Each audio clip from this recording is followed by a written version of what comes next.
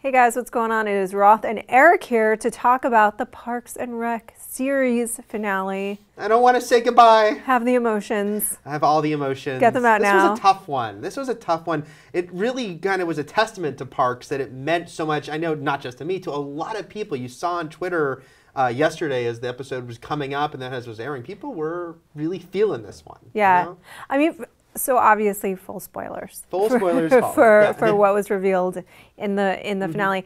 I really enjoyed the fact that they kind of played against the idea of doing the retrospective, and instead they were like, this is actually what is going to happen in their future. Instead of looking back, they looked ahead. I thought that was really clever. I thought it was great. I mean, obviously a lot of people were saying that, you know, 6 Feet Under kind of first did that idea, and the OC did it to an extent. But it is a great thing to do, and I agree. It's like, because it shows the characters, you know, yeah, you could do a remember the time flashback sort of thing, but this served the same purpose as far as seeing them kind of one last time kind of have these situations we're familiar with, but different because we're going to see like how their lives changed, but the characters you knew and loved, they were still kind of themselves at the core, and we saw where they ended up as a result. I really like that they did that. Yeah, and I also like that they interweaved the timelines, you know, so that at a certain point you're not sure.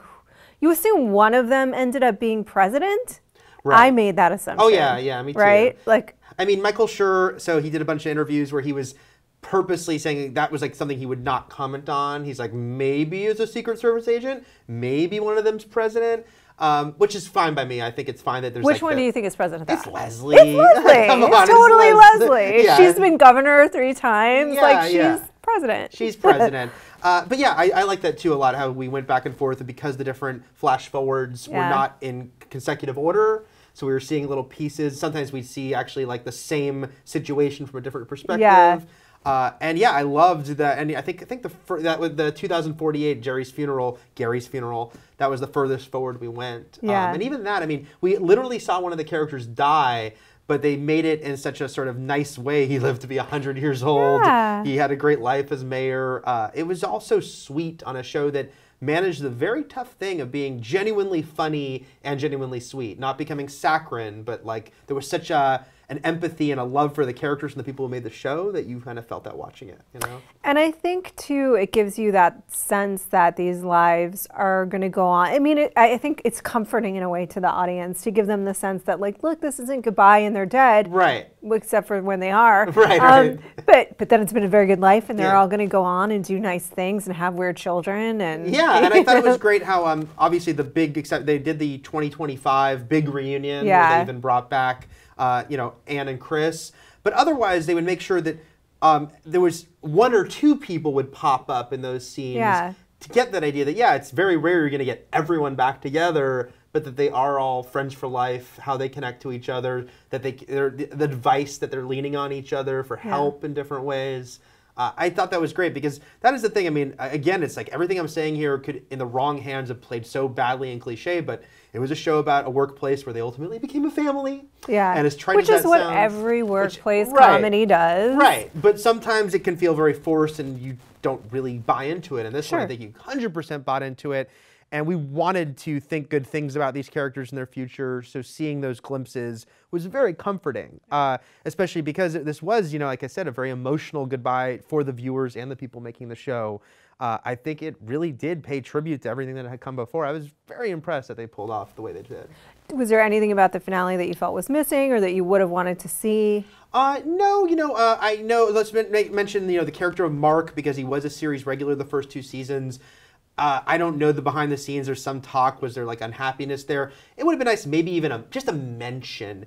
And you know, in my perfect world, Chris and Ann would have gotten their own flash forward though, because they were integral to the show to the point that it was necessary. I mean, Schur even told me in an interview, and I'm sure others, he said he couldn't conceive the final season without them. Yeah. So it was great to see them. I have no idea scheduling. I mean, I know getting them was hard enough. That to shoot more with them might have not been possible. But in my perfect world, they would have gotten their own little vignette. I feel like we saw a little bit of where they were at, you know, with the kids. And you knew, I mean, like, yeah, Leslie and Ann are friends for life, and even that idea that maybe their kids will are going to fall in love. Yeah.